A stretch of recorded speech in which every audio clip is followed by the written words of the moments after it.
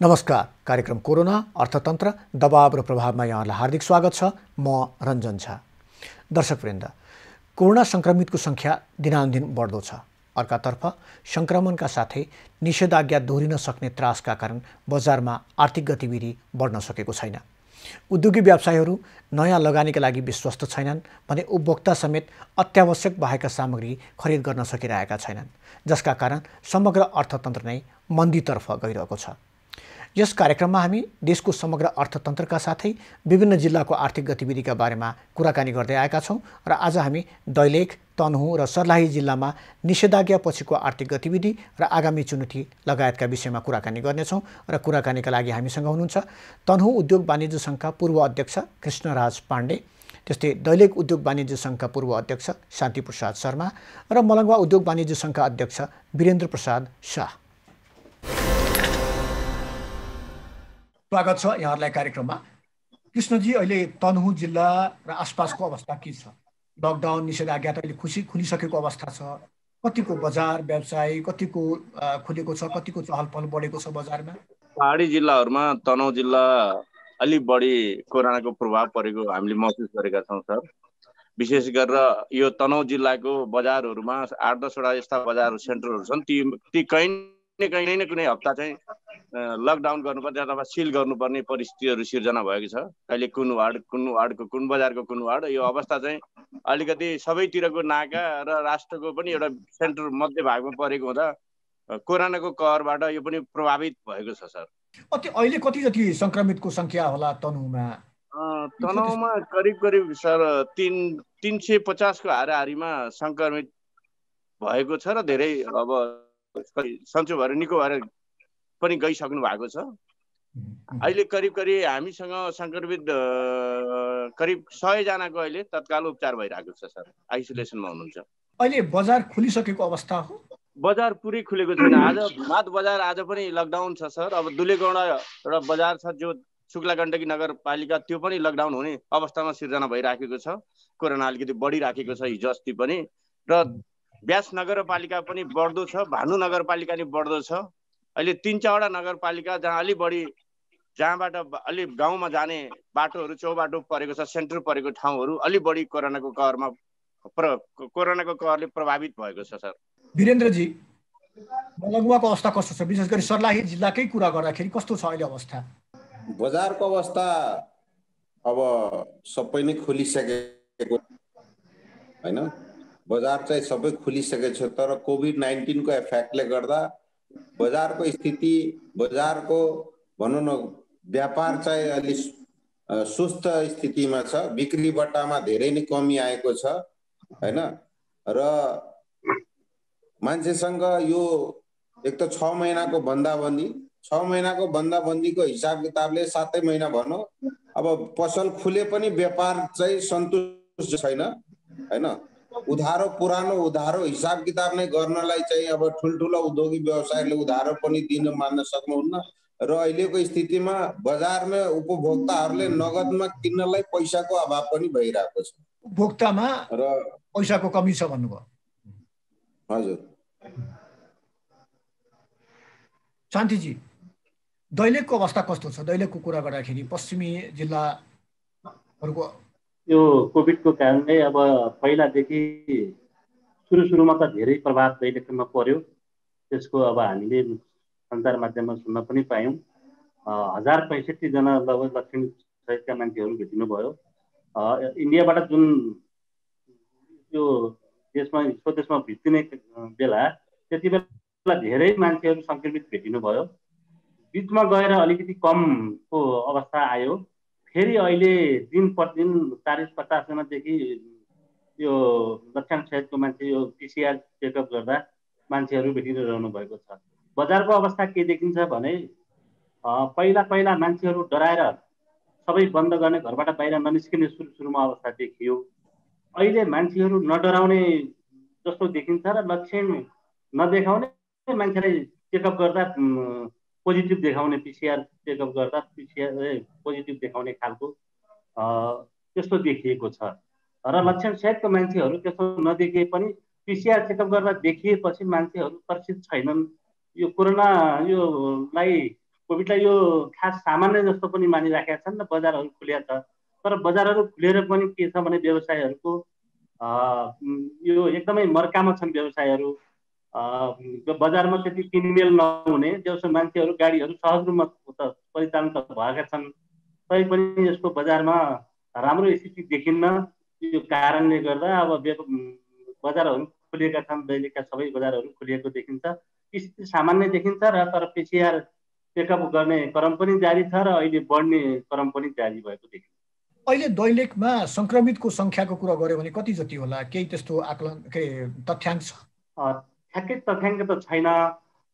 देउसम्म पहिला एकचोटि त यति धेरै सुरुमा जुन इन्डियाबाट आउने क्रम जारी भयो त्यति बेला धेरै मान्छेहरूलाई सङ्क्रमण देखियो, बिचमा फेरि सामान्य जस्तो देखियो।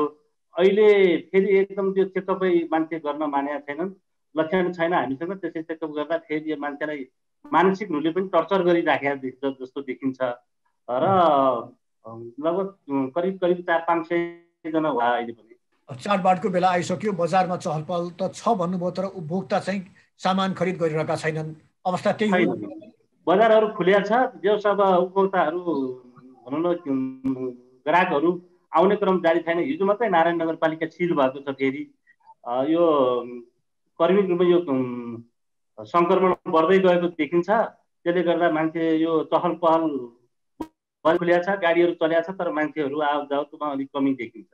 कृष्णजी, अब तनहुँको कुरा गर्दाखेरि निकै नै त्यहाँ अब धार्मिक र ऐतिहासिक पर्यटकीय स्थलहरू पनि थुप्रै छन् र हामी पछिल्लो वर्षको कुरा गर्ने हो भने निकै ठुलो सङ्ख्यामा त्यहाँ धार्मिक पर्यटकहरूको त्यहाँ भिडभाड हुने गर्थ्यो।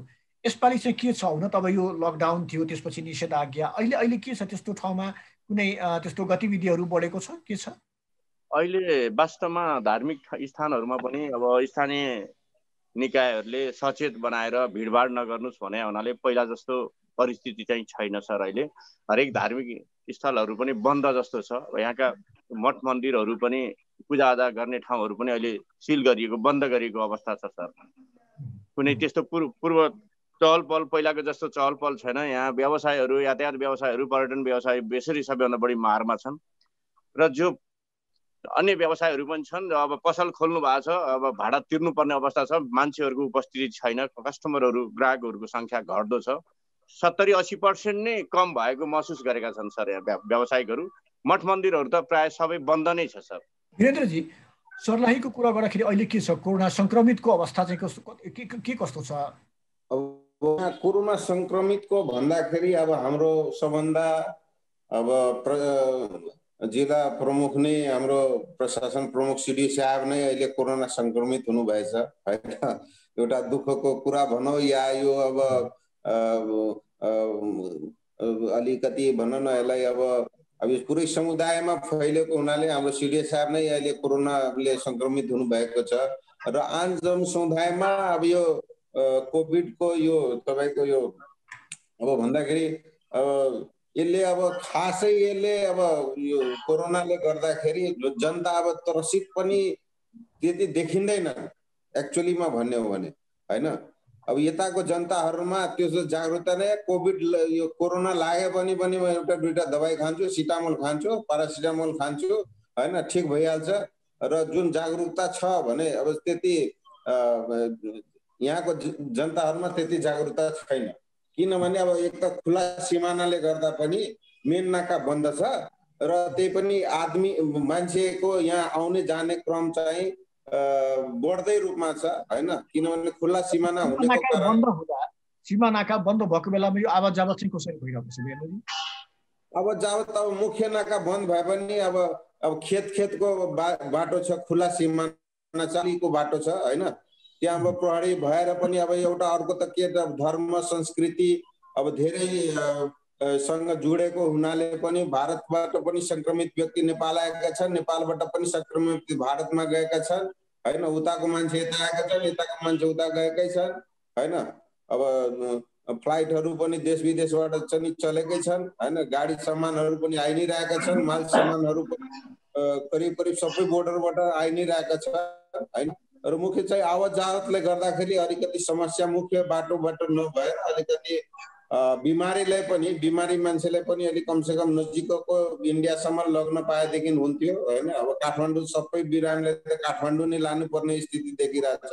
काठमाडौँको पनि स्थिति अहिले हाम्रो पनि अब एक दुईजना डाक्टर साहबहरू सल्लाह गर्दाखेरि हाम्रो अब उहाँहरू होइन अहिले काठमाडौँ नपठाउनुहोस्, कुनै पनि पेसेन्ट त्यस्तो अब कोरोना मात्रै लागेका पेसेन्ट हुँदैनन् होइन, कोरोना मात्र लागेका पेसेन्ट हुँदैनन्। उनीहरूले अब कोरोनासँग कसैलाई दमको छ, कसैलाई हार्ट पेसेन्ट छ, कसैलाई अलि सुगर पेसेन्ट छ होइन, उनीहरूलाई पठाउनु होइन, अलि भारततिर नै पठाउनुहोस्, इन्डियातिर नै पठाउ। इन्डिया पठाउनलाई मुख्यनका गाह्रो के होइन। त्यस कारणले अलि चाहिँ स्थिति अलिक त्यो चाहिँ असमय। अब काठमाडौँ पठाउनलाई अलिक खर्चिलो माध्यम पनि छ र अलिक गाह्रो पनि छ होइन। नजिकमा वीरगञ्ज जनकपुर छ, वीरगञ्ज जनकपुरमा पनि त्यति सन्तोषजनक हुँदैन। मान्छेले चाहिँ भारतमै गराउने चाहिँ यहाँको चाहना हुन्छ र कोरोना संक्रमित समुदाय स्तरमै टेस्टिङको पनि पिसिआर टेस्टिङ भनौँ या राज्य पक्षले टेस्टिङको जुन व्यवस्था गरेको छ होइन, टेस्टिङ पश्चातको पनि व्यवस्था, क्वारेन्टाइनमा पनि मान्छे बस्न चाहँदैन, होम क्वारेन्टाइन भनेर भन्छन्। अब होम क्वारेन्टाइन भन्नुको साटोमा उहाँहरू चाहिँ फेरि अब घुमेर फिर्नमा आफ्नै मस्तीमा हुन्छन् होइन। त्यस कारणले चाहिँ अलि यो पनि समस्या देखेको छ। यस कारणले अब हाम्रो होइन, अब यसलाई कोरोनालाई चाहिँ कोरोना सँगै गएर पनि अब बाँच्नु परेको छ, हिँड्नु परेको छ, व्यापार गर्नु परेको छ। यस हिसाब किताबले नै अब जानुपर्छ। जबसम्म यसको भ्याक्सिनको उपाय लाग्दैन तबसम्म हामीले अब कोरोना सँगै बाँच्नु पर्छ, सजगता अपनाएर होइन। त्यही एउटा गर्दा राम्रो होला कि।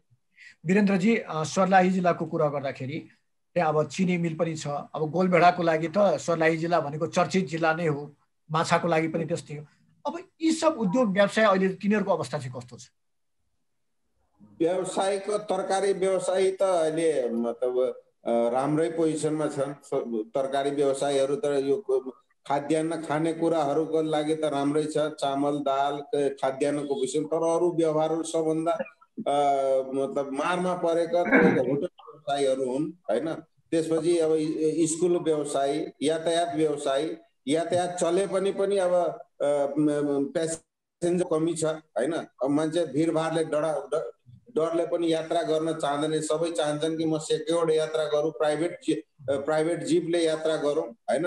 यस कारणले चाहिँ उद्योगिक व्यवसायीहरूको पनि प्रभाव चाहिँ होइन। अब हार्डवेयर निर्माण कामहरू पनि सुस्त रूपमा अहिले सुरुवात भइरहेका छन्। 7-7 महिना काम नहुनु होइन। त्यस कारणले चाहिँ अब कामको सुरुवाती पनि यहाँ गर्नलाई चाहिँ अलि मुस्किल। 1-2 महिनापछि पनि वातावरण राम्रो हुन्छ कि होइन। होटल व्यवसायहरू पनि त्यस्तै छन्। पर्यटक अब नजिकको भनौँ न, अब सबभन्दा एफेक्ट गरेको अब जस्तै भारतकै अब सीमा नाकाहरू पनि बन्द छन् होइन। त्यस कारणले सबभन्दा बढी प्रभाव परेको अब तपाईँको यो होटल व्यवसायीहरूले, पर्यटकीय व्यवसायले हामीलाई कमसेकम 40-50% अब पशुपति काठमाडौँ जाने नै भारतीयहरू बढी हुन्छन् होइन। 50% त हाम्रो नेपालमा इन्डियन पर्यटक नै हुन्छन् होइन। त्यस कारणले अब चाहे त्यो इलाजको लागि होस्, चाहे किनमेलको लागि होस्, यताको मान्छेको त यस कारणले सबै अलिअलि यो सबै व्यवसाय नै मार्कामा छन्। शान्तिजी, दैलेखको कुरा गर्दाखेरि साना तथा मझौला उद्योगी व्यवसायहरू बढी छन् त्यहाँ। उनीहरूको के समस्या छ, के भोगिरहेछन्, कस्ता समस्या भोगिरहेछन् उनीहरूले, विशेष गरी साना तथा मझौला व्यवसायीहरूले? दैलेखको साना तथा मझौला उद्योगहरूको समस्या अहिले के देखिन्छ, जस्तै कुखुरा पालन व्यवसायहरू तपाईँको मासु नबिगेर उहाँहरू हैरान हुनुहुन्छ। तरकारी व्यवसाय जस्तै राम्रो फस्टाएको छ, अरू खाद्यान्नको पसलहरू फस्टाएको छ। अरू साथीले भने जस्तै दैलेखको पनि त्यही अवस्था देखिन्छ। तर सानो उद्योगहरू यो कोभिडको कारणले कुनै सञ्चालनै छैन। जस्तै कुखुरा पालनको उद्योगहरूको उहाँहरूको बिक्री छैन। अहिले 150 रुपियाँ किलो जिउँदो कुखुरा लिएर पनि मान्छेहरू उहाँहरू बिगेका छैन। यस्तो मार्केटमा छ, मान्छे बजारमा किन्ने मान्छेहरू छैन। त्यस्तो समस्या देखिन्छ साना व्यवसायहरूको। कसैको उत्पादनै गर्न सक्नु भएको छैन, उत्पादन गरेको पनि बजार बिक्री छैन। यस्तो समस्यामा तडपिरहनु भएको छ। कृष्णजी, हामीले हेऱ्यौँ भने यो कोरोना सङ्क्रमणले दुईटा मुख्यतः समस्या देखियो। हुन त विभिन्न किसिमका समस्याहरू समाजमा विभिन्न किसिमका समस्याहरू ल्याएको छ, तर मुख्यतः दुईटा समस्या देखियो। एउटा चाहिँ मानवीय स्वास्थ्य सम्बन्धी समस्या देखियो, र अर्को चाहिँ अर्थतन्त्रको कुरा गरौँ न। देशको अर्थतन्त्र नै लगभग अब धराशायी नै भइसकेको अवस्था छ। अब यो दुईटैलाई बचाउनको लागि, यो दुईटैलाई अगाडि बढाउनको लागि सरकारले जुन पहल गरेको छ त्यसलाई कसरी लिनुभएको छ? वास्तवमा अर्थतन्त्र र जनस्वास्थ्य दुईटै चिज बडो महत्त्वपूर्ण हो देशको, राष्ट्रको लागि। अब अहिले देखिरहेछौँ राष्ट्रलाई करिब राष्ट्रिय सञ्चालन खर्च 9 खरब कति छ, 8.5 खरब हाम्रो अर्थ राष्ट्रबाट लक्ष्य लिनु भएको छ, सरकारले लिएको छ। त्यो स्थिति अहिले पुरा होला जस्तो लाग्दैन। त्यसकारण यसलाई बचाइराख्न यो सकेसम्म ब्याङ्कका ब्याजहरू न्यूनीकरण गर्ने, एकदमै 1-2 अङ्कमा हानै नदिने र जनतालाई सुसूचित बनाएर सबैलाई अब सामाजिक दूरी, भौतिक दूरी र मास्कको प्रयोग गरेर अर्थतन्त्र र व्यापार व्यवसायहरू खुल्ला गरिदिनुपर्छ जस्तो लाग्छ मलाई सर।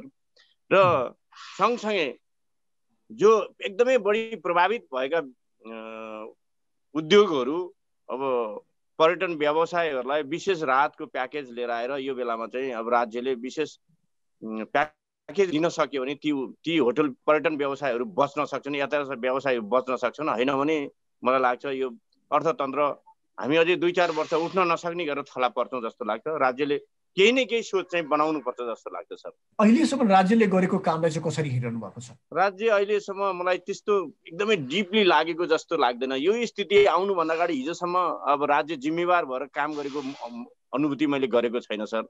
त्यहाँ अब न राज्यलाई सल्लाह दिनेहरू राम्रोसँग खट्नु भएको छ। वास्तवमा यसले के गर्छ भोलिका दिनमा भन्ने कुरो, भोलिको दिनमा के गर्ने भन्ने कुरो सरकार तयारी बसेको मैले महसुस गरेको छैन सर। वीरेन्द्रजी, के लाग्छ कुन ठाउँमा सरकार चुक्यो जस्तो लाग्छ? अब सरकार चुक्नमा 2-3वटा हाम्रो मेन मुद्दा छ। जस्तै कि अब हामी त बढी उदाहरण दिन्छौँ। हामी बोर्डर छेउमा बस्ने व्यक्तिहरूले हामी नजिकमा छौँ, हाम्रो धार्मिक संस्कृति मिल्छ, हाम्रो मतलब रोटी बेटीको सम्बन्ध छ। हामीले चाहिँ विशेष गरेर त हामी नजिक, पहिले हामी भारतलाई भन्थ्यौँ कि तेरो इन्डियासँग केही छैन, हामी यहाँ सामाजिकमा व्यवहारिकमा भन्दाखेरि, तर अहिले जस्ट उल्टो परिस्थिति भएछ कि हामी महसुस गर्छौँ इन्डियन गभर्मेन्टले अब छिमेकी अब भनौँ न यहाँको छोरी त्यहाँ बस्छ, त्यहाँको छोरी यहाँ बस्छ, उनीहरूले व्यापारीलाई दिने छुट होइन, 2 करोडसम्मको कारोबारलाई उनीहरूले ट्याक्स पे गर्नु पर्दैन, 2 करोडको कारोबार गर्नेहरूलाई होइन। त्यस्तै गरी उनीहरूले व्यापारीलाई एकदम न्यून ब्याजमा तपाईँको छुट दिएको छ होइन। हजुर, कोरोना संक्रमण देखेको पछि होइन। र त्यसपछि प्याकेज पनि बनाइदिएको छ, कसले कति एफेक्टेड गरेको छ होइन, कुन पार्टीले कुन व्यवसायले कति एफेक्टेड गर्छ, चाहे चिनी मिल होस्, चाहे खाद्यान्नको होस्, चाहे कसको प्रभाव कतिको छ भनेर सबैको प्याकेजमा तपाईँहरूले ट्याक्स पे गर्नुपर्छ। त्यसमा पनि यो चिजहरूमा सिस्टमहरूमा गरेको छ। र आम पब्लिकलाई पनि उनीहरूले रासन फ्री, खाने फ्री, दवाई फ्री होइन। आम उपभोक्तालाई यी मारहरू मतलब अरू देशका सरकारहरूले गरिरहेका छ। र अर्को कुराहरू ठिक छ, भारतमा यदि कोरोनाको प्रभाव बढी छ या चाइनामा प्रभाव बढी छ भने उनीहरूले रिकभरी पनि छिटो नै ल्याइरहेको छन्, जनतालाई त्यो फेसिलिटी, त्यो टाइपको हस्पिटलहरू, कोभिड हस्पिटलहरू आएर उनीहरूले रिकभरी पनि त्यही रेसियोमा गरिरहेको छ। तर हाम्रो सरकारले यहाँ भन्दाखेरि यदि ल कुनै एउटा सामान्य व्यक्तिलाई कोरोनाले छुयो, उसले के गर्ने? उसले होम क्वारेन्टाइन बस्नु पर्यो, आफ्नै खर्चमा इलाज गर्नु पर्यो, या गभर्मेन्टले दिने इलाजमा पनि र 14 दिनको लागि जुन यहीँ पनि केही मात्रामा सबैलाई पिसिआर टेस्ट, यहाँ त पिसिआर टेस्टको पनि अब सही मापदण्ड छैन होइन। त्यो किट चाहिँ 2-3वटा हाम्रो यहीँको मेयर साहबहरू हुनुहुन्छ, उहाँसँग हामीले सल्लाह गरेर 2-3वटा किट चाहिँ फर्जी किट पनि हालेर गर्दाखेरि पोजिटिभ केस देखाइदियो यहाँ। अनि त्यस्तो पिसिआर टेस्टमा यहाँ के विश्वास गर्ने? यो फर्जी किट भन्नुभयो, त्यो भने के? फर्जी किट भनेर कि हामी चाहिँ अब उहाँलाई टेस्ट गर्नको लागि यहाँको टेस्टिङ क्यापेसिटी, फर्जी केस भनेर हामीले चाहिँ अब यहाँको भाषामा भन्दाखेरि हामीले चेक गर्नलाई पिसिआर टेस्टलाई चाहिँ हामी 3-4 जना साथीहरू मिलेर होइन, त्यो किटमा चाहिँ त्यसमा स्यालिभा त्यो थोकको स्याम्पल नहालिकन हामीले होइन त्यो पठाइदियौँ चेक पिसिआर टेस्टको लागि। तर त्यो चाहिँ बिना स्याम्पल हालेर नै पोजिटिभ आउँदो रहेछ। भनेपछि परीक्षण नै भएन, त्यतिकै रिपोर्ट आयो पोजिटिभ भनेर? बिना परीक्षण गरेर नै मतलब पोजिटिभ आउँदो रहेछ हैन। र कसैको व्यक्तिको पोजिटिभ भएर पनि नेगेटिभ छ भने यो कुराहरू पनि अलिक दुःखदायी कुराहरू हुन् हैन। र गभर्नमेन्टले अब सबै रेसियोमा जुन हामीलाई व्यापारी उद्योगी व्यवसायीहरूलाई जुन छुट दिनुपर्ने हो त्यो छुटमा पनि कमी कमजोरीहरू छन् हैन। ब्याङ्कको ब्याज तिर्नै परेको छ हैन, व्यापार बन्द छ, आम्दानी छैन, अब स्टाफको खर्च छ, सबै दिनै पर्ने हुन्छ। यस कारणले यी व्यवस्थाहरू सरकारले चाहिँ अलिक कमी कमजोरी अनि अलिकति धेरै नै कमी कमजोरीहरू छन्। र प्लस अब यो कोभिडले गर्दा नै अब हामी कति दिन थुनेर बस्ने, बन्द गरेर बस्ने सबै चिज हैन। अब यसको चाहिँ अब सबै चिज सामान्य गरेर खोल्नु पर्ने। अब निजीमै अब हामी मरला बाँचोला आफ्नै भाग्यले नै आफ्नै पैसाले बाँच्नु छ मर्नु छ भने हामी थुनेर किन मर्ने? संवादको सिलसिला जारी नै छ, हामीसँगै रहनुहोला।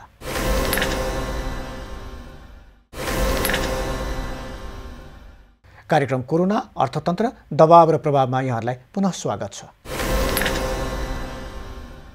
शान्तिजी, अब भर्खरै वीरेन्द्रजीले भन्दै हुनुहुन्थ्यो अब खोलिदिनु पर्यो सबै कुरा। वास्तवमा कोरोना सङ्क्रमितको सङ्ख्या अहिले पनि बढी नै रहेको छ, लगातार दिनहुँ बढिरहेको छ र यो कहिलेसम्म रहन्छ भन्ने कुरा पनि हामीलाई थाहा छैन। अब के गर्ने, कसरी अगाडि बढ्ने त शान्तिजी? सरकारले प्रश्न एउटा नीति के ल्याउनु पर्यो भने आज हामी कुन अवस्थामा उभिएका छौँ, हाम्रो अगाडिको चुनौती के हो, हामीभन्दा पहिला आएको चुनौती के हो, यो चुनौतीलाई सरकारले स्पष्ट बुझेर अब बन्दाबन्दी होइन सबै खोलेर छ नि मान्छेलाई सुरक्षित हुने एउटा इन्भाइरोमेन्ट तयार राज्यले गर्नुपर्छ। आज हामी निजी क्षेत्र राज्यलाई कर तिरेर बस्ने निजी क्षेत्र व्यवसायहरू राज्यबाट कुनै पनि सब्सिडी हामीलाई उपलब्ध भएको छैन। आज राष्ट्र ब्याङ्कले एउटा नीति घोषणा गर्छ अनि तपाईँको पुष मसान्तसम्म हामीलाई दिएछ ल किस्ता र बुझाउने ब्याज बुझाउने भनेर इन्ट्रेस्ट बुझाउने भनेर एउटा समय अवधि दिएको छ। ब्याङ्कको घन्टी बिहानदेखि बेलुकासम्म व्यवसायहरू दिनमा पाइराखेको अवस्था छ। राज्यले फरेन कन्ट्रीहरूले जुन सुविधा दिएको छ, नेपाल सरकारले पनि हाम्रा निजी क्षेत्रका व्यवसायहरूलाई यो सुविधा दिन जरुरी छ। हामी ऐतिहासिक रूपले हामी यो के हो भने हाम्रो देश चाहिँ एउटा एकदम सानो देश छ, त्यसलाई अगाडि बढाउनको निम्ति जति जुन पपुलेसन छ त्यसलाई पनि नियन्त्रण गर्नको निम्ति राज्यले स्पष्ट खाका एउटा ल्याउन नसक्नु राज्यको ठुलो कमजोरी हो। जति बेला कोरोनाको सङ्क्रमण भर्खर आउने बेला त्यति बेला बन्दाबन्दीलाई सरकारले जुन एउटा बाहिरबाट आउने मान्छेहरूलाई एउटा क्वारेन्टाइनमा राखेर गर्नु पर्थ्यो, गाउँमा छटाकसँग छोडिदियो, त्यसले ठुलो भयभीत समस्या ल्यायो। अहिले पनि सरकारले अब कसरी अगाडि जाने भन्ने कुरा एउटा कुनै यकिन छैन राज्यसँग। राज्य आफै रुमली राखेको छ र तपाईँको जुन पिसिआर रिपोर्ट कुरा 3 चोटि 4 चोटि मान्छेलाई गर्दा पोजिटिभ आउँछ, कस्तो मेसिन हो, मेसिनहरूको पनि त्यो क्वालिटी के हो त्यो पनि हामीले शङ्का गर्नुपर्ने अवस्था छ। र मान्छेलाई लक्षणै छैन अहिले तर पोजिटिभ देखिराखेको छ, मान्छे डर मान्न पनि छोडिसके। अघि भन्यो भोगभन्दा त बरु रोगले मरे ठिक हो नि भन्ने मान्छे भए। आज हाम्रा यो दैलेखमा यो पहाडी इलाका दैलेखबाट मान्छेहरू कामको खोजीमा इन्डिया जाने पहिलेदेखि प्रथा थियो। त्यसै कारणले त्यो सुरुमा नेपाल फर्कने बेला दैलेखका मान्छेहरू धेरै सङ्क्रमित देखिए। अहिले पनि मान्छेहरू खाना नबस्ने भोकमारीको समस्या देखेर इन्डिया भागिराखेको अवस्था हामीले देखिराखेका छौँ। कृष्णजी, हजुर, अब यो 6 महिनादेखि भनौँ न 4 महिना हामी लकडाउनमै बितायौँ, त्यसपछि 1 महिना जति निषेधाज्ञा भनेपछि 5-6 महिना भनौँ न एउटा ठप्पकै अवस्थामा रह्यो देशको अर्थतन्त्र। अब यसलाई फेरि चलायमान बनाउनको लागि के गर्नु पर्ला जस्तो लाग्छ? अब यसलाई वास्तवमा चलायमान भनेर पूर्णता त पाउन सकिन्न। केही सुधार गर्नको लागि ब्याज दरमा सहुलियत दिएर राज्यले पुराना कर्जाहरू छन् जो अहिले पनि 12-13% ब्याङ्क वित्तीय संस्थामा कर्जा त घटेकै छैन र मौद्रिक नीतिमा आएर अहिले 7-8% झारे पनि पुराना कर्जावालाहरू अहिले पनि अप्ठ्यारोमा परिरहनु भएको छ, जो पुरानो गर्ने बेलामा पुरानै त्यो गर्नै सक्नु भएको छैन उहाँहरूको व्यापार मन्दी भएर। त्यसकारण म के भन्छु भने देशलाई अर्थतन्त्र बचाइराख्ने भने साना तथा मझौला उद्योगहरूले राज्यले लिएका करहरूमा केही छुट गर्ने, अब प्रोत्साहन दिने, प्याकेजमा केही राहतका प्रोग्रामहरू राज्यले ल्याउने र वैदेशिक रोजगारीमा गएका व्यक्तिहरू जो अहिले अप्ठ्यारोमा परेका छन् उहाँहरूको सिप जो विदेशमा आउनु भएको छ जो विदेशमा एउटा कृषि फर्ममा एउटा गाई फर्ममा काम गरेर आउनु भएको छ त्यस्ता व्यक्तिहरू स्थानीय तहले पहिचान गरेर टोलमा पहिचान गरेर ती व्यक्तिहरूलाई यहीँ नै केही उत्पादनशील क्षेत्रमा राज्यको प्याकेज मार्फत ती श्रमहरू ती क्षमताहरूलाई हामीले प्रयोग गर्न सक्यो भने हामी आज मात्र नै भोलिका दिनमा पनि हामी आफ्नो राष्ट्र एउटा आर्थिक रूपमा समृद्ध बन्न सक्छ। त्यो कुरालाई राज्यले खोजी गर्नुपर्ने देखेको छु।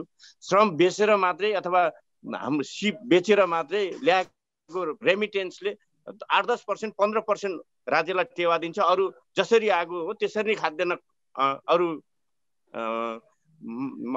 उहाँहरूको गाउँको मार्केटिङमै खर्च हुन्छ अथवा किनेर उहाँहरूको उपभोग गर्ने सामानहरूमा फीदेखि लिएर सबै कुरा खर्च हुन्छ। त्यही भएर अहिले यो अवसर पनि भयो हामीलाई।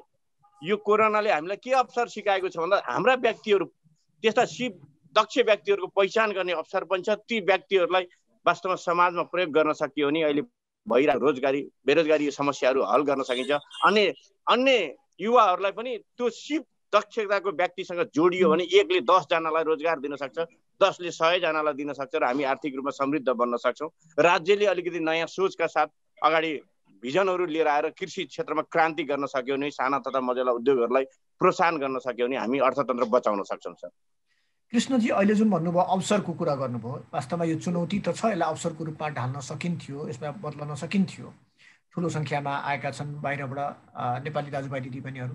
अब यिनलाई चाहिँ रोजगारमा लगाउन सकिन्थ्यो, प्रशिक्षण दिन सकिन्थ्यो। यी सबैको लागि सरकारले तयारी गरेको चाहिँ कति देखियो? किनकि 6 महिना भइसक्यो। अब सरकारले कुनै तयारी नै छैन सर, कागजमा मात्रै सीमित छ। व्यापारमा अहिले पनि स्थानीय जनप्रतिनिधिदेखि राज्यका व्यक्तिहरू सेवा सुविधामा मात्रै तल्लीन छन्। अहिले उहाँहरूको यो कोभिडले यति ठुलो अप्ठ्यारो पर्दा पनि उहाँहरूको मसलन्द खर्च अथवा दैनिक खर्चहरू उहाँहरूले कटौती गर्ने कुनै सोचको विकासै गर्नु भएको छैन।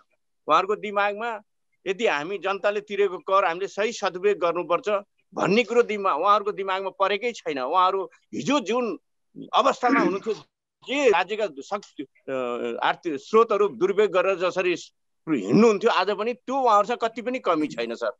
त्यही भएर हामी अलिक विवेकशील भएर जो स्थानीय सरकारदेखि लिएर जिल्ला समन्वयदेखि लिएर प्रदेश सरकार सबै संवेदनशील भएर लाग्न जरुरी छ।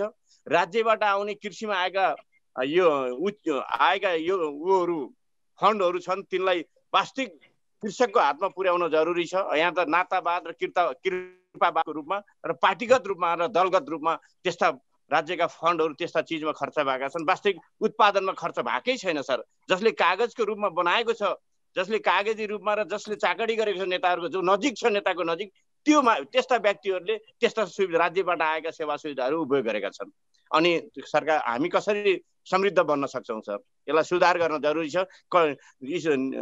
जो कडाई गर्ने, त्यो अनुगमन गर्ने निकायहरू सशक्त बढेर वास्तविक राज्यले दिएका सेवा सुविधालाई प्रयोग गर्न सक्यो र स्थानीय जनताहरूलाई सुसूचित गराउन सक्यो भने हामी जहाँसम्म हामी लाग्छ यो मुलुक अहिलेको यो कोरोनाको कहरबाट धेरै कुरा सिक्छ जस्तो लाग्छ सर। वीरेन्द्रजी, यो निश्चित रूपमा अर्थतन्त्र अहिले सङ्कटमा छ भनौँ न। यो सङ्कटमा रहेको अर्थतन्त्र यो बेलामा भनौँ न उद्योगी व्यवसायीहरूको चाहिँ अपेक्षा के? हामी अहिले पनि उद्योगी व्यवसायीहरू सरकारसँग अब जुन यो वर्ल्ड वाइडेड कोभिड-19 होइन, विश्व नै यसका चपेटमा पर्यो होइन। कुनै हाम्रो नेपाल मात्रै होइन, वर्ल्ड वाइडेड सबै देश नै यसको मारमा छन्। हामी उद्योगी व्यवसायीहरू सरकारसँग हामीले चाहिँ व्यवसायीहरूलाई कसरी टिकाउन सक्छौँ आफ्नै देशमा, यो नेपालभित्र नै हामी यहाँ जन्मेको ठाउँमै यहाँ यसलाई चाहिँ उद्योगी व्यवसायीहरूलाई कसरी हामी नेपालबाट पलायन नहोस्। यहाँ सबभन्दा खतरा के छ भने यहाँबाट पलायन हुने स्थिति छ व्यापारी उद्योगीहरूको, झन अर्थतन्त्र धराशायी हुन्छ होइन। यस कारणले यहाँबाट पलायन भयो भने कहीँ ब्याकमा अब नजिकको अब बङ्गलादेशमा जान सक्छ, भुटानमा जान सक्छ, इन्डियामै जान सक्छ। यहाँको व्यापारीहरू पलायन हुने स्थिति नआओस् भनेर उद्योगी व्यवसायीहरूको लागि सर्वप्रथम यहाँ त ब्याङ्कको ऋणमा छुट दिनु पर्यो होइन।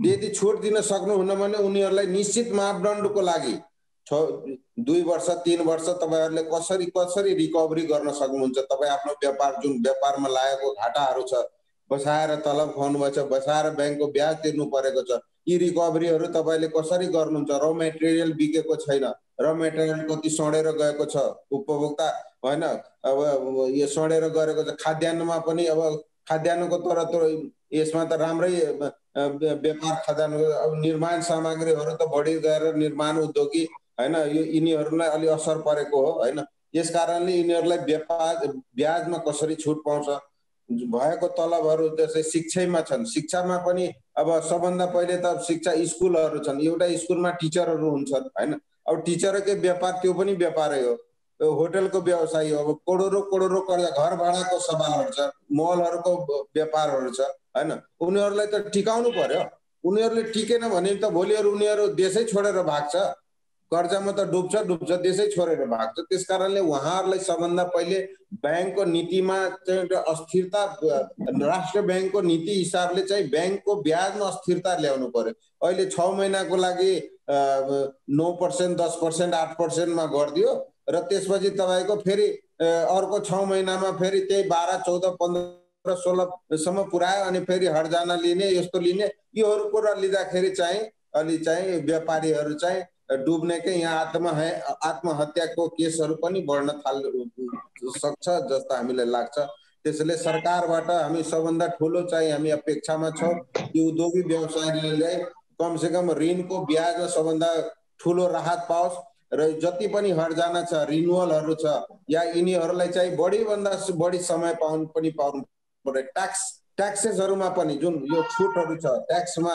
बुझाउनु पर्ने राजस्वहरू छ उनीहरूलाई पनि छुट दिनु पर्यो दैनिक ज्यालादारी मजदुरी गर्नेहरू व्यक्तिहरू छन् जो लकडाउनको मारमा ऋण काटेर खाएका छन् होइन ऋण काटेर पनि यस्ता व्यक्तिहरू छन् उनीहरूले भारत पलायनको स्थितिमा छन् होइन खुला बोर्डर छ भारत पलायनको स्थितिमा छ उनीहरूले पनि अब देशमा स्वरोजगारको व्यवस्था गरिदिनु पर्यो यदि यही हाम्रो देशमा रोजगार हुन्छ भने किन अरूको देशमा जानु पर्यो हाम्रो आफ्नै देशमा बचौला होइन स्वरोजगारको व्यवस्था गरिदिनु पर्यो गाउँ टोलमा वार्ड स्तरले पनि यदि कामहरू पाउँछ भने किन मान्छे बाहिर जानु पर्यो आफ्नै घरमा आफ्नै श्रीमतीसँग आफ्नै बालबच्चाहरूसँग यही देशैमा रमाउन सक्छ यो कुरा त यदि गभर्मेन्टले व्यवस्था गर्नुपर्ने कुराहरू हो होइन उद्योगी व्यवसायदेखि लिएर सर्वसाधारण सबैले गभर्मेन्टले नै व्यवस्था गर्नु पर्यो आज हामी नजिकको देशमा जान्छौँ उताको मान्छे तपाईँको त यहाँ त केही छैन हामीलाई त खान पाइरहेछ बस्न पाइरहेछन् सरकारले आवासको व्यवस्था गरिदिइरहेछ घरको व्यवस्था गरिदिइरहेछ यी कुराहरूमा विचार गर्दाखेरि मलाई लाग्छ कि हामीले चाहिँ उद्योगी व्यापारीहरूदेखि लिएर सर्वसाधारण सबैको हक हितमा राम्रो हुन्थ्यो र यसलाई सबै चिज चलमान बनाउनुपर्छ र हाम्रो अहिलेको स्थितिमा चलमान त भइ पनि सकेछ एउटा दुईटा समस्याहरू छन् अलि नाकाको समस्या छन् र उद्योगी व्यवसायको अलि ब्याज छुटको हिसाब किताब छ र ब्याजको चाहिँ नबढाइदिँदा पनि व्यापारीहरू स्टेबल हुन्छ होइन र यो अस्थिर भएको अर्थतन्त्र चाहिँ फेरि चलमान हुन्छ तर यसलाई रिकभरी गर्ने कुनै पनि साधारण चोटपटक लाग्दाखेरि त 2 महिना 3 महिना लाग्छ भने यो त 6 महिना लागेको दुःख हो घाउ हो होइन यो बिस्तारै यसलाई रिकभरी गर्नमै 1 वर्ष 2 वर्ष कमसेकम लाग्छ होला जस्तो हामीलाई अनुभव मेरो आफ्नो बुझाइ छ शान्तिजी अब यो अवस्था त निश्चित रूपमा यो अलिकति सङ्कटपूर्ण अवस्था नै छ सङ्कटको अवस्था छ अब यस्तोमा उद्योगी व्यवसायीहरूले चाहिँ के गर्नुपर्छ जस्तै एकातर्फ हामी सरकारको कुरा गरौँ सरकारले यो अर्थतन्त्रलाई चलायमान बनाउनको लागि के गर्नु पर्ला त्यस्तै उद्योगी व्यवसायीले चाहिँ के गर्नु पर्ला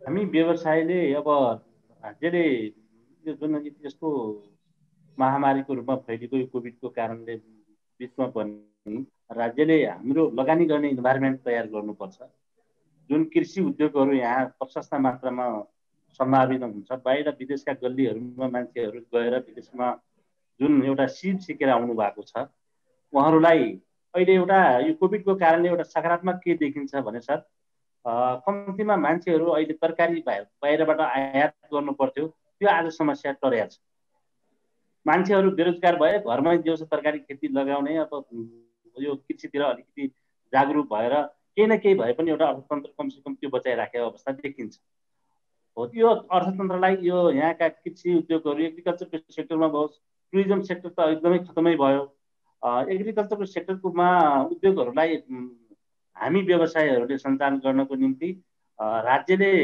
हामीलाई जुन ब्याङ्किङ सुविधा छन् त्यो सुविधाहरूलाई राज्यले हामीलाई उपलब्ध गराउनुपर्छ। हुन त हामी व्यवसाय जहिले पनि राज्यको आर्थिक मेरुदण्डको हिसाबले हामी काम गरिराखेका छौँ, राज्यलाई सहयोग गरिराखेका छौँ, तर राज्यले हामीप्रति हामी निजी क्षेत्रका व्यवसायको हेर्ने दृष्टिकोण अलिकति सकारात्मक बनाउनु पर्छ जस्तो लाग्छ।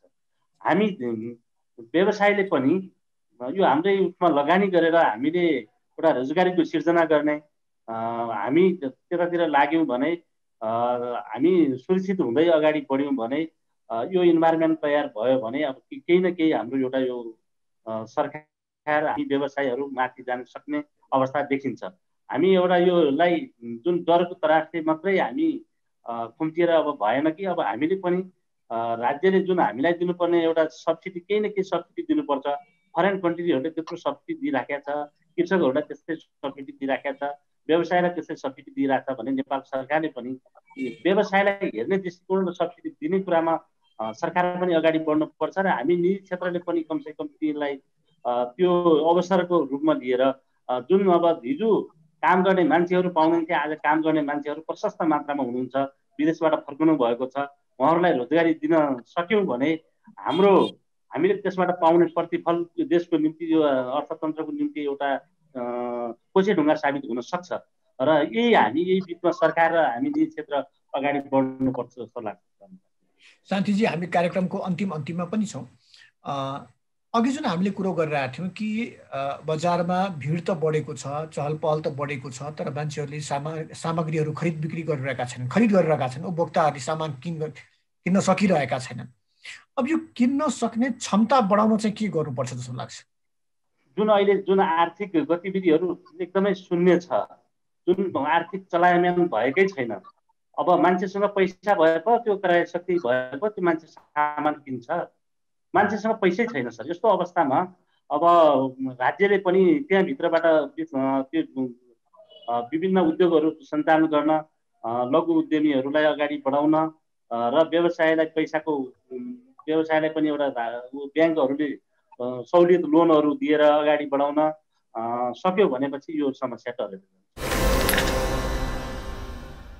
आजको छलफलमा हामीसँग हुनुहुन्थ्यो तनहुँ उद्योग वाणिज्य सङ्घका पूर्व अध्यक्ष कृष्णराज पाण्डे, त्यस्तै दैलेख उद्योग वाणिज्य सङ्घका पूर्व अध्यक्ष शान्ति प्रसाद शर्मा र मलङ्गवा उद्योग वाणिज्य सङ्घका अध्यक्ष वीरेन्द्र प्रसाद शाह। हामी दैलेख, तनहुँ र सर्लाही जिल्लामा निषेधाज्ञा पछिको आर्थिक गतिविधि र आगामी चुनौती लगायतका विषयमा कुराकानी गरिरहेका थियौँ। हस्त कार्यक्रम कोरोना, अर्थतन्त्र, दबाव र प्रभाव आजले यति नै। खबरभित्रको खबरका लागि हेर्दै रहनुहोला एबी न्युज खबर।